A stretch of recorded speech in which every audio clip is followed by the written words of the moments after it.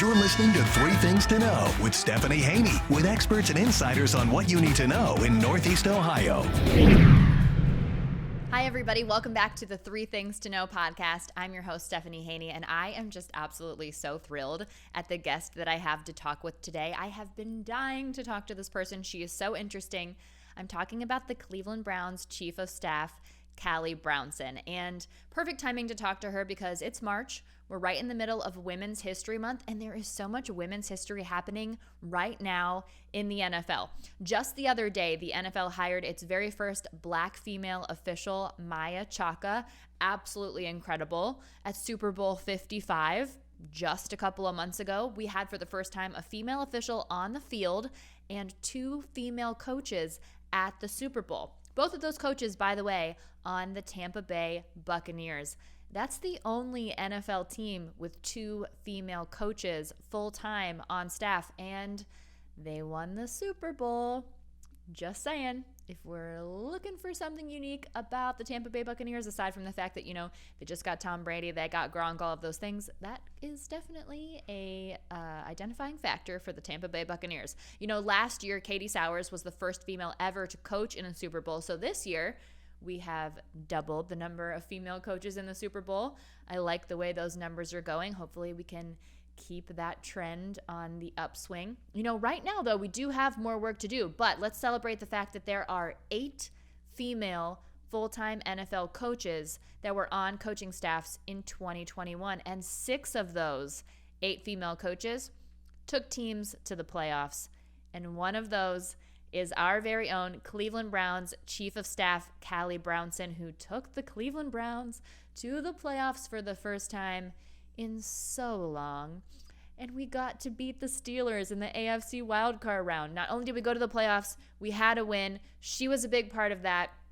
Let's bring her in because she is just absolutely fascinating. I can't wait to talk to her. Callie, thanks for joining me. Thanks for having me.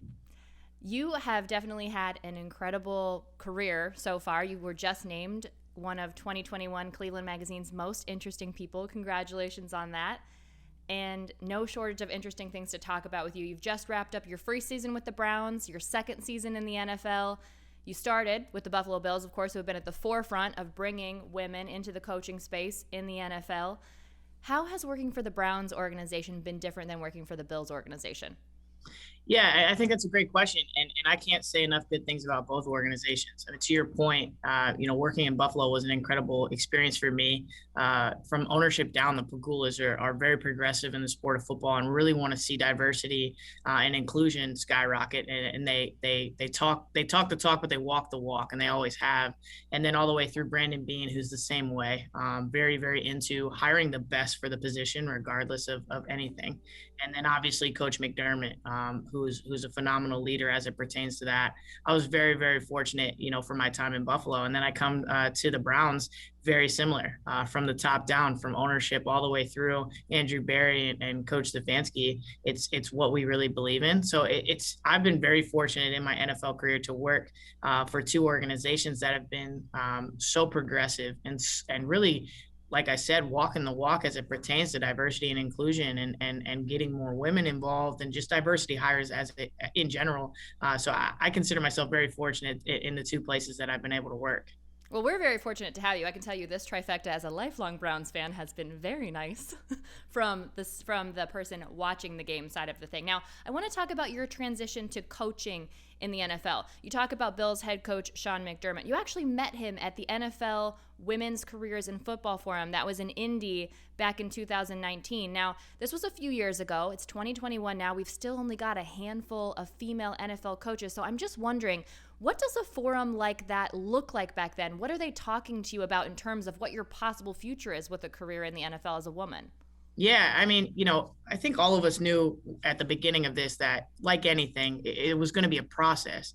And it wasn't just trying to fill seats. It was about putting the right people in those seats. And that's a process. It takes time to build and develop these candidates to be, just ready for these roles. Because the last thing you want is to put somebody in a position that they're not ready for and they're not capable of doing the job 100% like they want to. So I think when we all knew this, in the forum in its infancy, it was about just finding a way to develop. And hey, if you come to the forum for a year and you're able to get a job, that's awesome. That's incredible. But we really want consistent participants in the forum who are making connections 1 year, learning in the next year, in the next 365 days, how much more they need to grow, and then coming back to the forum, just a better coach, a better scout, better in operations, and then building more connections on top of what they've kind of built on that. So I think we knew it was always a process. And for me, especially, I was there, year one, 5 years ago, not really sure where it was going to lead or what it meant. But I remember every year that I attended learning a ton about myself and really what I needed to put back into myself if I was going to be there again next year. And you talk about walking the walk and the consistency. You have been there. There have been 5 years of it. They just had their 5th one. You were on panels for the last 3 of those years. How has it changed over the past 5 years? So much. Like, I think back to year 1 and year 2, which were so incredible for what they did in those years. And it's just grown. You're seeing not just more participation, but you're seeing more teams jump on board who want to be involved. And head coaches, general managers, directors of football operations, all of these different teams and organizations now being represented. It's crazy to think back to year 1 and then see, the fact that Bill Belichick leads a breakout coaching session in this past year's forum. I mean, I think that speaks a lot for how this program is growing and how this kind of movement is growing as well in the league. Okay, you've had a lot of firsts as a woman in the NFL, and we're going to get to those in just a moment. But you're the first person to be the chief of staff for the Cleveland Browns, a role created by head coach Kevin Stefanski when he came here last season. What were you expecting when that job opportunity came up? Yeah, it's funny. This is probably one of my favorite questions because I never have quite a definitive answer. I remember when I showed up in Cleveland to interview with him and we sat down at the table and we had talked on the phone for a while too. And he kind of, said the same thing, but he told me, he said, I don't really have a job description for this. It's an anything and everything role. And he, one of the things he says is my eyes didn't get too big when that happened. I kind of said, great, that's what I'm looking for. And, he's definitely the kind of coach and the kind of leader who really wanted me to make this job as big or as small as I wanted it to be, which was great. But, I didn't have any expectations. I just knew that I was taking a job with a guy who's done a similar role and, was just a phenomenal person to have the opportunity to work with and help him in his first year, as an NFL head coach to build what his vision was. I was very inspired when he sat there and told me kind of what his vision was for what was going to happen here in Cleveland. And it was just like, I want to be here. I want to help him. Well, for not having any expectations coming into this role, it has certainly been a momentous year for the Cleveland Browns as an organization. For you in your career, let's talk about some of those firsts now. Week 3, Washington football team. That's the first time we see female coaches on both sidelines and a female officiant. We've got you for the Cleveland Browns. We've got Washington's Jennifer King and then Sarah Thomas as the down judge. You got a job to do, right? So you got to get to that. But did you all have a moment to just drink that in at all? Yeah, a little bit pregame. I got to talk to Jen for a while, and Jen and I know each other from our playing days.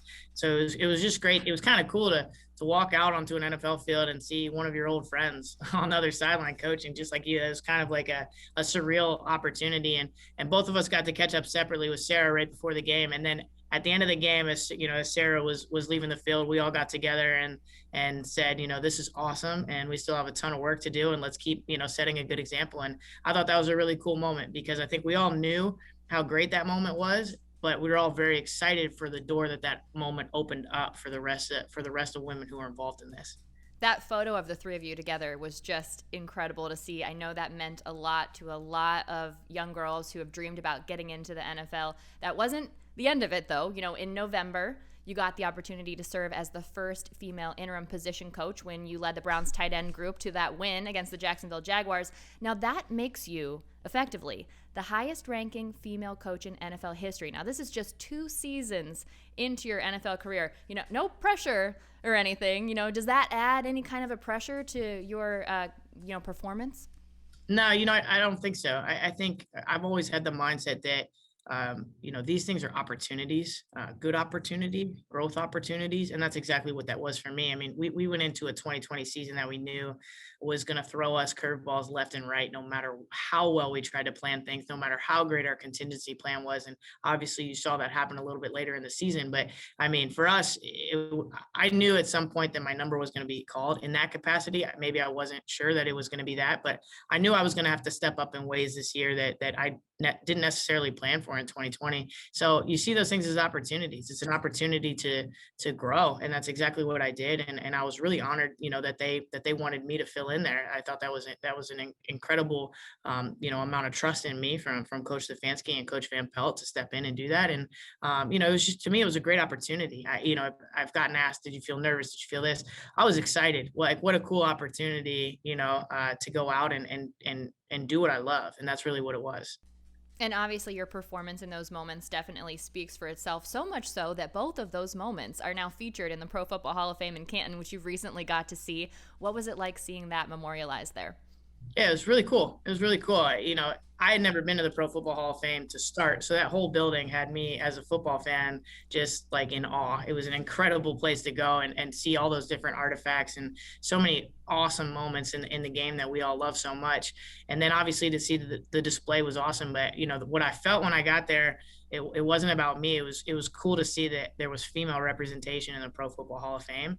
And in my mind, I just went to the fact that now it's going to be hard to keep women out of the Hall of Fame. And that's kind of how I felt about it. It was very cool, to see, my artifacts there for sure. It's definitely something I never could have imagined in a million years. But I think I was so much more optimistic for what this meant for women, because there's going to be tons of people who go through there and walk through there and would never expect to see some sort of a female display. And now females in football registers with them and maybe changes their mind about how they feel about it and pushes the needle just a little bit more in the direction of change. And I thought that was very impactful. And I'm excited to see, some of my other female colleagues who make their way in there, and they inevitably will. And that is such a great point, too. And just for me personally, someone who enjoys the game, it's great to see this history being made in the moment and being celebrated in the moment, because so often there's such a lag in the time that we get to see those moments kind of memorialized. So to see that in there right away is just absolutely incredible. Absolutely. Now, that wasn't it for you for the position coaching. You also did some interim position coaching for the wide receivers in the final regular season game against the Pittsburgh Steelers. Thank you for that win, by the way. That was incredible. Is position coaching where you want to be? Is that where you see yourself going in the future? I think that's definitely the next step for me. Absolutely.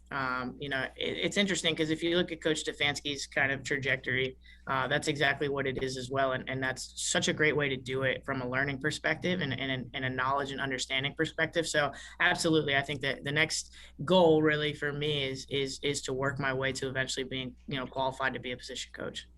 All right, let's take a look in the other direction now. You've loved the game since you were a little girl. You played as a child. But at what point did you realize, football is a physically tough thing for anyone.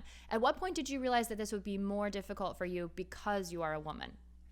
I think when I tried to play in high school was really my first brush with that there was gender barriers in sports of that nature. To that point, I had played when I was a kid and had no issues, fortunately enough, because I was playing with the same group of guys that I was playing Little League Baseball with in the spring. So, it wasn't strange to them that I was, on the team. And so when I tried to play in high school and was told no, was probably the first time I was ever like, wait a second, what do you mean I can't do this because I'm a girl? It was my first real reality check of there are these barriers that are built in society. And I was fortunate enough to make it to that point of being 14 and not really having to see that kind of ugly side of things. But I think that was my first real lesson. And there are these walls that have been built up. And that was tough for sure. Now from there, as you said, you didn't get to play in high school, but you did end up going on to play and having a very successful career with the DC Divas. But in that moment, when you weren't able to play in high school, did you think that was the end, or did you sort of see that happening in the future for you? No, I definitely thought it was the end. I thought for me, I was just gonna be a fan, from then on. And I was in high school. I went to every, high school football game I could and watched and loved it. And, your friends are usually hanging out somewhere by the concession stand. I was in the stands glued into the game. And I thought that was it for me. I thought, I was just gonna be a football fan, and that's what it was. And I was so fortunate when, the DC Divas came into play, and I got to reignite that love that I had for football on the field. After that, you did end up going back to your high school, Mount Vernon High School, and you were an assistant coach there for a couple years. What was that like, being an assistant coach where they told you you couldn't play as a teenager?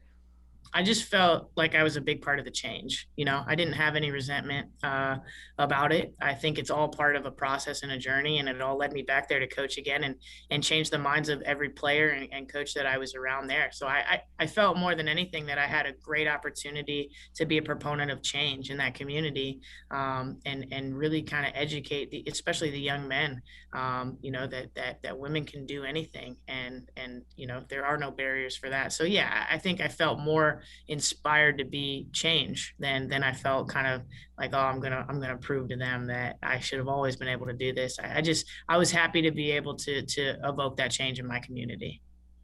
Now, as we said, you had a very successful career with the DC Divas. You were very successful with Team USA's women's football team. What was it that made you decide to go from playing to take that turn and get into the coaching world? Well, I think much like so many athletes come to, I think I knew my body was going to fail me at some point. But football had been so ingrained in my life in every facet. It was all I thought about. It was what my life revolved around in so many ways.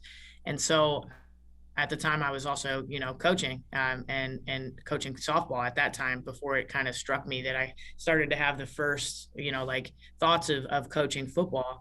And, I think I knew my body was going to fail me. I knew I was not going to be able to strap the cleats up for much longer, but I had to be around football in some capacity. So what better way to find a way to bridge the two things that I loved the most at that time? And that was coaching and obviously, football as a sport.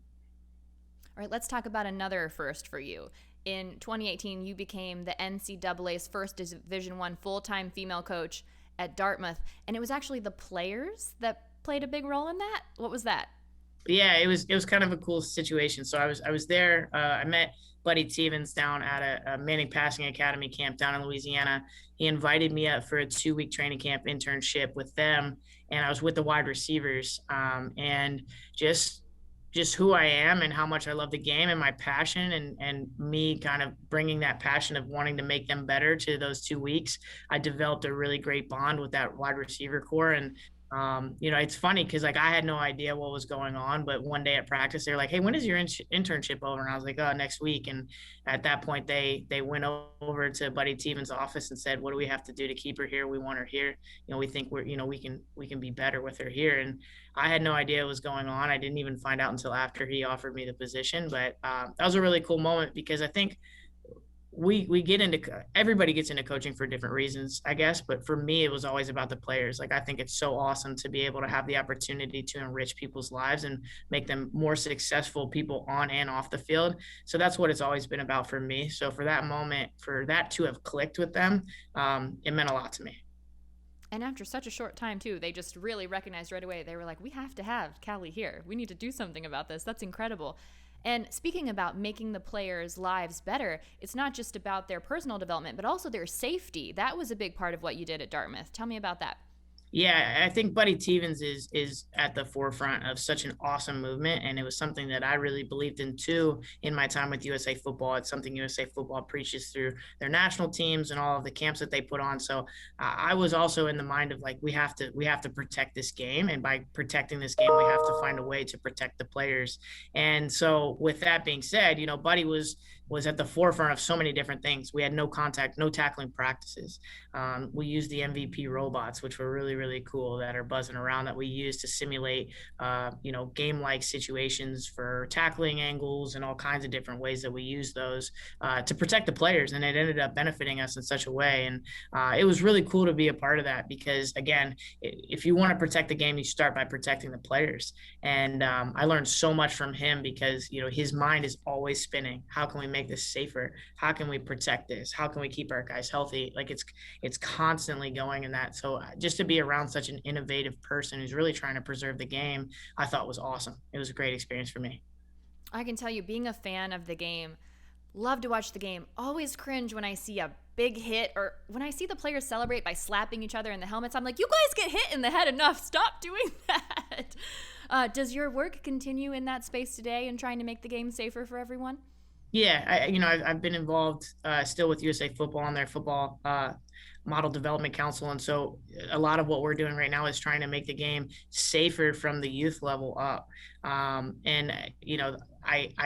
I'm really passionate about it because, again, you're starting to see participation rates in youth football drop because parents are rightfully so concerned for the safety of their kids. So I think it's on us to find safer ways to teach the game of football at young ages without the collision and without, until kids are old enough to have better control of their body and so forth. And that's really what we've worked on really hard on that council is finding better ways to still teach the game of football, make it fun and engage participants, but also keeping them safe and making sure that if they want to play football, because let's be real, football changes people's lives. It changed my life. It changes so many people's lives. It's why there's this whole profession behind it, and people aspire to be a professional football player because it's very special. And we want to be able to, and what you learn about yourself through the game and through being a part of a team is so important. So we want to be able to preserve that. We want to be able to give kids the same opportunities that we had to fall in love with this game from such a young age. So in order to do so, we have to find a way to protect it. And we know so much more now. Of course, we're continuing to learn more all the time as more and more science comes out about it. But it's really great to see that being put into practice. So thank you for doing that. Now, one more interesting thing that I read about you, which I just found fascinating. Is it true that you pick a new mantra every single week? I do. Yeah, I do. I try to circulate that as best I can.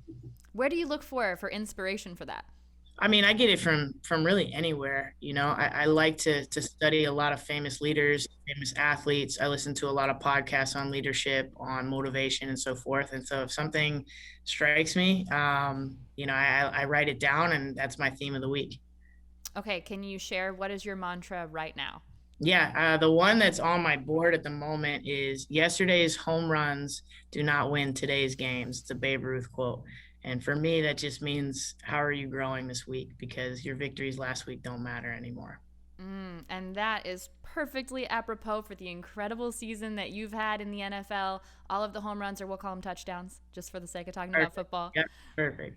Amazing. Callie, thank you so much for your time today. This has been so fascinating. You truly are one of Cleveland's most interesting people, and I'm just thankful that we had time to talk with you today. Thank you for having me.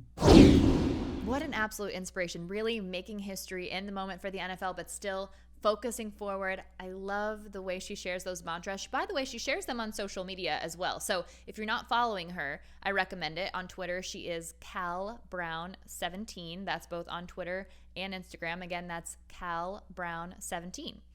And that brings us to something we're going to do a little bit differently this week. Normally, I have a separate segment for what you need to know in NEO and also a good follow. Well, today, those two things are the same. So I'm going to break down what you need to know in NEO when it comes to getting yourself totally outfitted for all of your Cleveland sporting events, because I absolutely love this little business in Lakewood. It's called Highland Throwbacks CLE, and they are a little consignment shop, and they've got all this great vintage stuff. But one thing that I particularly love is they've got great vintage sportswear, like old Cleveland Browns t-shirts, old jerseys, not just the Browns, for the Tribe, the Cavs, all of that good stuff.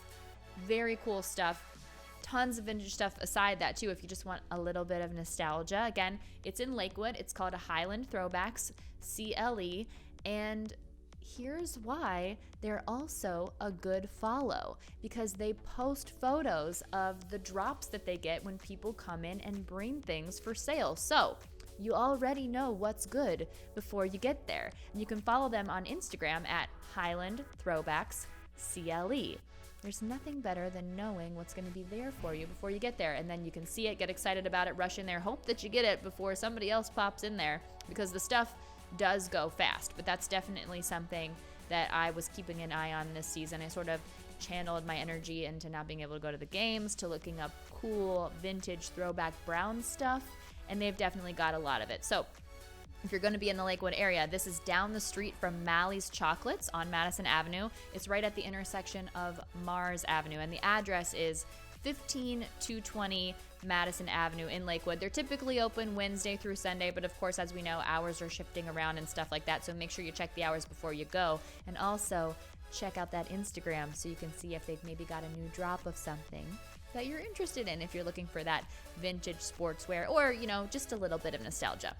All right, that's it for 3 things to know this week. Thank you so much for being here with me. If you're enjoying the show, I would really love it if you would follow the show on your favorite podcast platform. Also, share it with your friends. Leave us a rating and a review, because when we get those ratings and reviews, that really helps us connect with more people here in Northeast Ohio. And if you leave a review, I'll share it on social media, because I want to let people know what it is that you're thinking. And go ahead and shoot me a DM if you do it too. I would love to hear from you. I will see you back here next week, everybody. Between now and then, stay safe and be well. I'm Stephanie Haney. Thanks for listening to Three Things to Know with Stephanie Haney from WKYC Studios. Subscribe now to stay in the know.